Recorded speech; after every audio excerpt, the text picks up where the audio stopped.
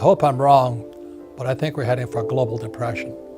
The economy stays down, it's hard to come back up. If you think your money is safely stacked up in the bank in a savings or checking account, you should reconsider. With the recent banks collapsing and potentially more to come, you cannot guarantee that your money will be safe there.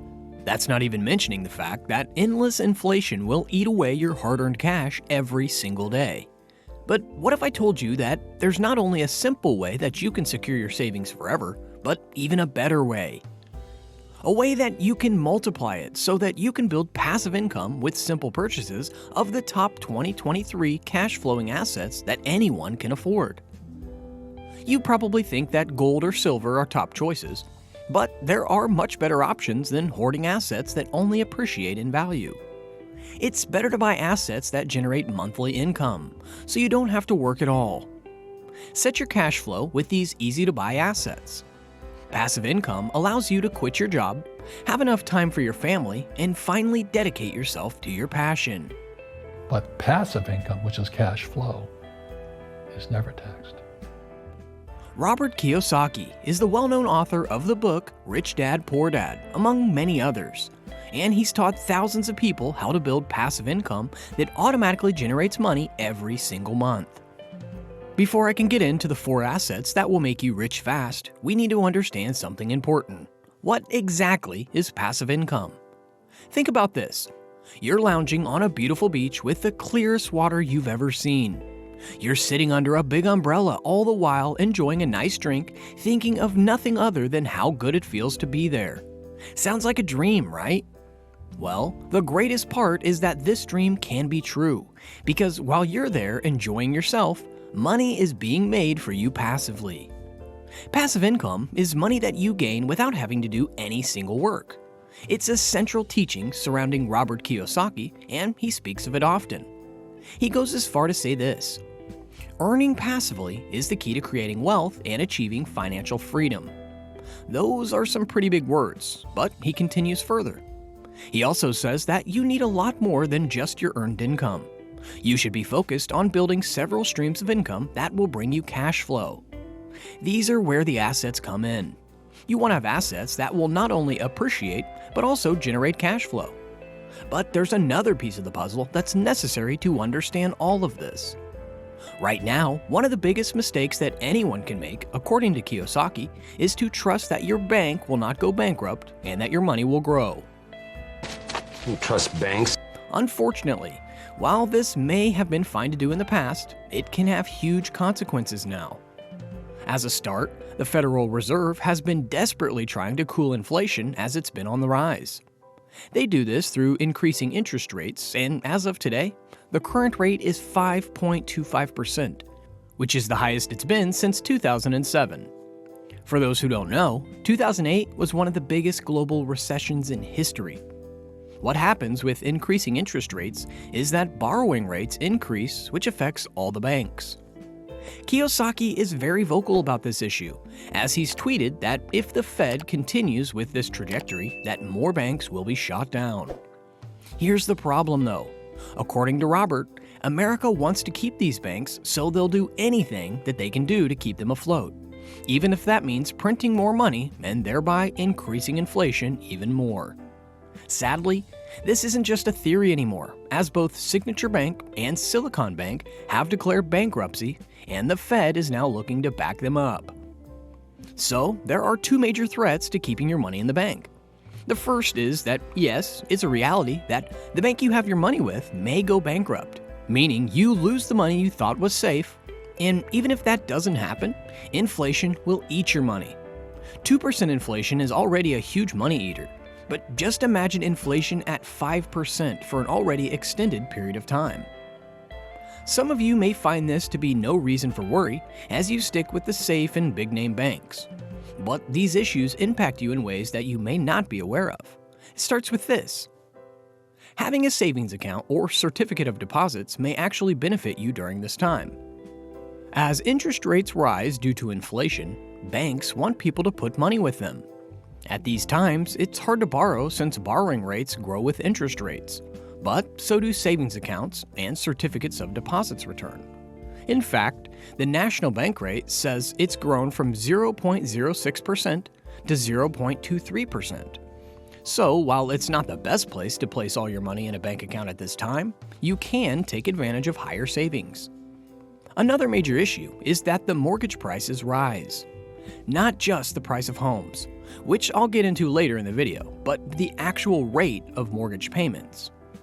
Mortgage rates are directly tied to inflation rates. For example, if you're on a fixed rate and you're currently being charged at 2% interest and you renew your mortgage this year, you may be looking at rates onwards of 5 to 6%, which is a massive difference and can make life much more difficult in terms of affording your home.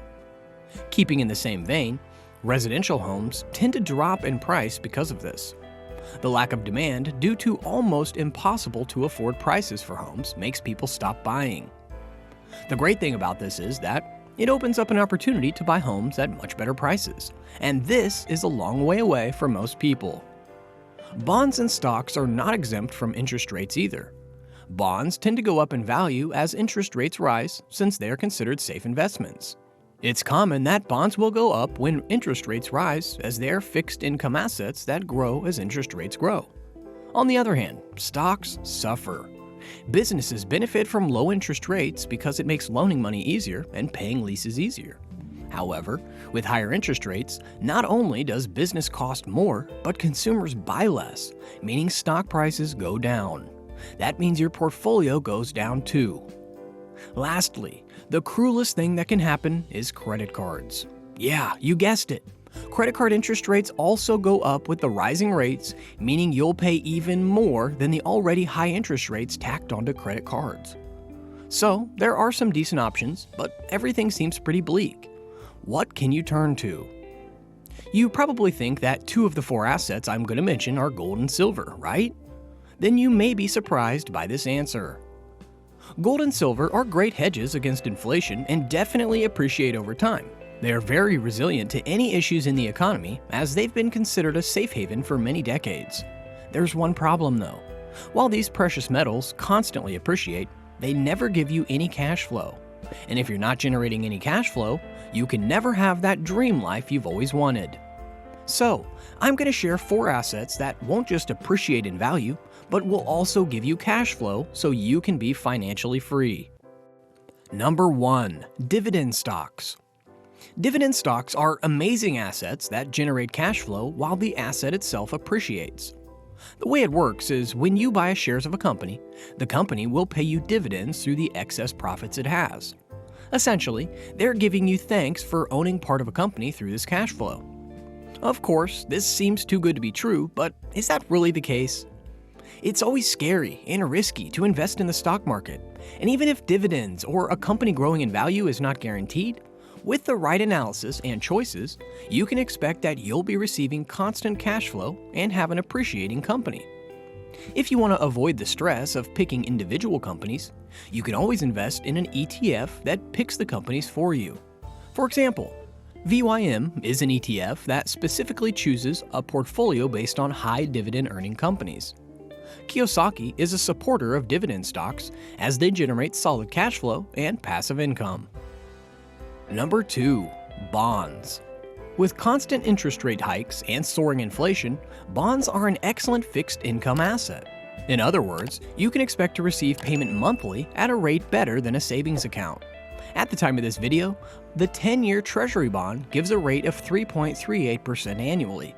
Now, the best part is that this asset also appreciates in value as interest rates rise, and that's just an added bonus for you. Number 3. Real estate. This is the asset that Robert Kyiosaki is really known for. To him and many investors, real estate is one of the best assets to have when it comes to generating passive income. It almost always comes with appreciating value, especially now more than ever, with the demand of housing being so high despite the insane prices. Kyiosaki is such a big fan of real estate because it's an asset that you can both see and touch, meaning you have a direct hand in deciding if it's something worthwhile or not. He also says that investing in commercial, residential, and real estate investment trusts are the best way to go. While it's relatively easy to invest in REITs, as it's just like buying stocks on the stock market, The same can't be said for commercial and residential real estate, as large capital is usually needed. Fortunately, there's a way around this. Using a third-party platform like crowdfunding can help you participate in both residential and commercial real estate without any of the dirty work and huge money spending.